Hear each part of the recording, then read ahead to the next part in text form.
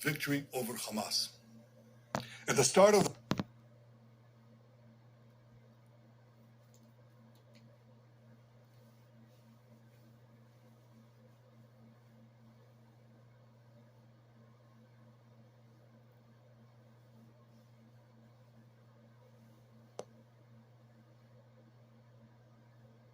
war, I outlined three goals: destroy Hamas, free the hostages, and ensure that Gaza doesn't pose a threat to Israel anytime in the future. Achieving these goals will ensure Israel's security and pave the way for additional historic peace agreements with our Arab neighbors. But peace and security require total victory over Hamas. We cannot accept anything else. Can you imagine what will happen if we don't have total victory? Hamas leaders have already pledged they'll repeat the October 7th massacre over and over and over again. No nation can accept that. We certainly won't. Without total victory, Iran and its terror proxies, Hamas, Hezbollah, the Houthis, and others, will be emboldened to subvert moderate states in the Middle East. They'll threaten the entire free world. Only total victory will prevent that. And total victory is within our reach. Israel's military achievements are truly unprecedented. As John Spencer, head of urban warfare at West Point, noted, it took the United States and its allies 9 months to defeat ISIS in Mosul. Mosul is a single city smaller than Gaza, doesn't have any terror tunnels, and it had only 5,000 terrorists. Yet in 4 months, the IDF has killed, wounded, or captured over 20,000 terrorists, more than half of Hamas's fighting force. We've shattered 18 out of 24 Hamas battalions, and we're mopping up the remaining terrorists with ongoing raids. Our soldiers are systematically destroying the massive underground terror tunnels. Hamas believed this was an impregnable network. Yet our brave soldiers are now physically inside these tunnels. They're demolishing rocket factories, weapon stockpiles,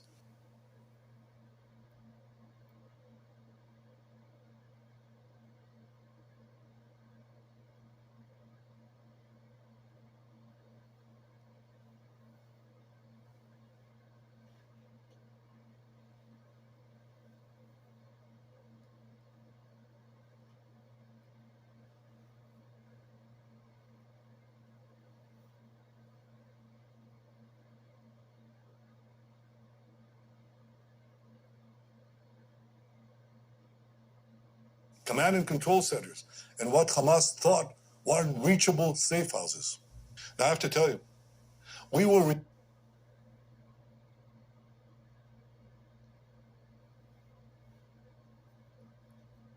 repeatedly told by many in the international community that all this simply couldn't be done. They said that a ground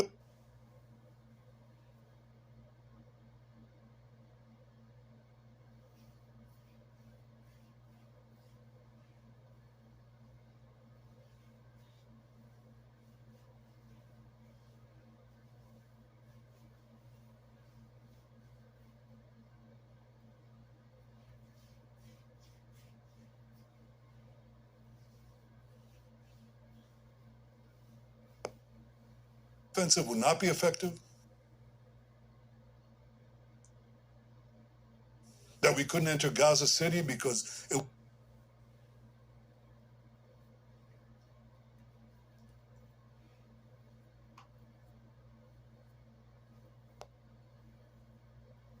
be an abominable death trap, that we couldn't go into the hospitals that served as Hamas headquarters without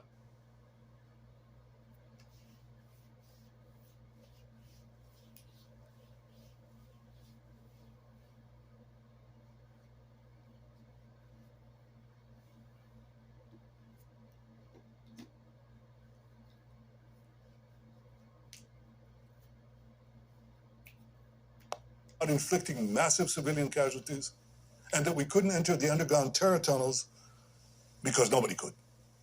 Yet our brave soldiers proved them all wrong on all counts. Many also argued that Israel's military campaign would scuttle our ability to release the hostages. Well, they were wrong on this one too. Military pressure led to the release of 110 hostages, and only continued military pressure will bring home the remaining hostages. Our soldiers are now in Khan Yunis, Hamas's main stronghold. They'll soon go into Rafah, Hamas's last bastion. They will do so, as they've done up to now, by providing the civilian population safe passage to safe zones. And they'll do so in spite of Hamas's evil attempts to stop the civilians from leaving at gunpoint. Total victory over Hamas will not take years. It will take months. Victory is within reach. And when people talk about the day after, let's be clear about one thing. It's the day after all of Hamas is destroyed. Not half of Hamas, not three-quarters of Hamas, all of Hamas. And once Hamas is destroyed, we need to verify that Gaza is demilitarized, that we stamp out any attempt at the resurgence of terror. And history has shown that only Israel can do this by having overriding security control over Gaza. What does that mean? It means that Israel will be in Gaza or act in Gaza at any place, at any time that is necessary to ensure that terrorism doesn't rear its ugly head again. Gaza must have a civilian administration staffed with those who do not support terrorism, fund terrorism, or indoctrinate their children with terrorism and the goal of destroying Israel. In fact, we should seek the very opposite, that school children in Gaza will be educated towards peace, that they'll be educated towards coexistence. Now, grant you, this will take time, but we've seen it happen in other parts of the world and in the Gulf states themselves. We would welcome the participation of modern Arab states in creating a different and better future for Gaza. This would also require that UNRWA, which perpetuates the Palestinian refugee problem, whose schools indoctrinate Palestinian children with genocide and terror, and from whose ranks sprang a dozen terrorist murderers who participated in the October 7th massacre, this UNRWA must be replaced by responsible aid agencies. We're at a pivot of history where the region can go either in the direction of light or in the direction of darkness. We won't allow Iran's forces of darkness to win. Our security and the future of the Middle East require total victory.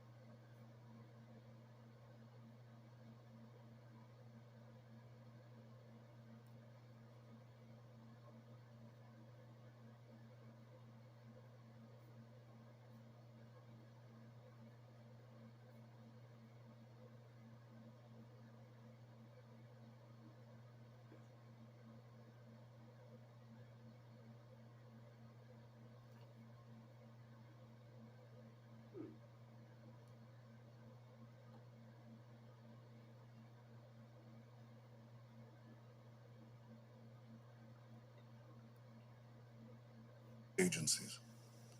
We're at a pivot of history where the region can go either in the direction of light or in the direction of darkness. We won't allow Iran's forces of darkness to win. Our security and the future of the Middle East require total victory. Total victory over Hamas can bring us additional gifts of peace.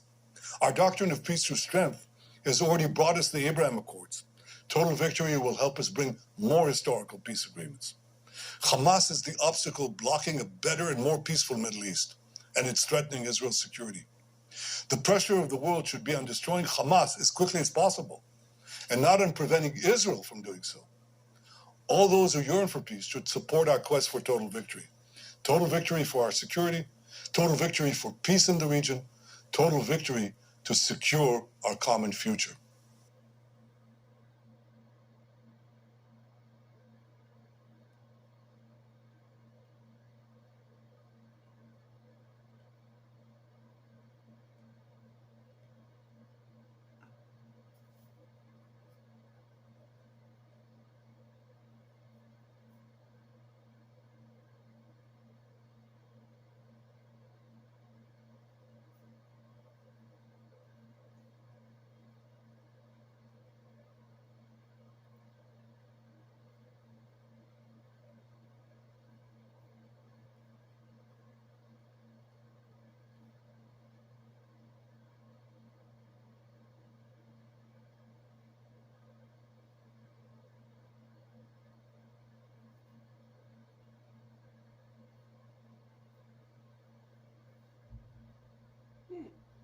All right.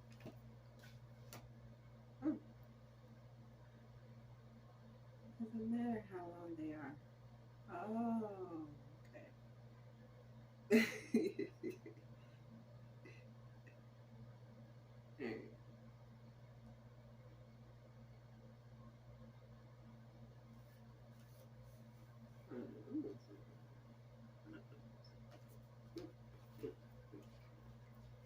Alright.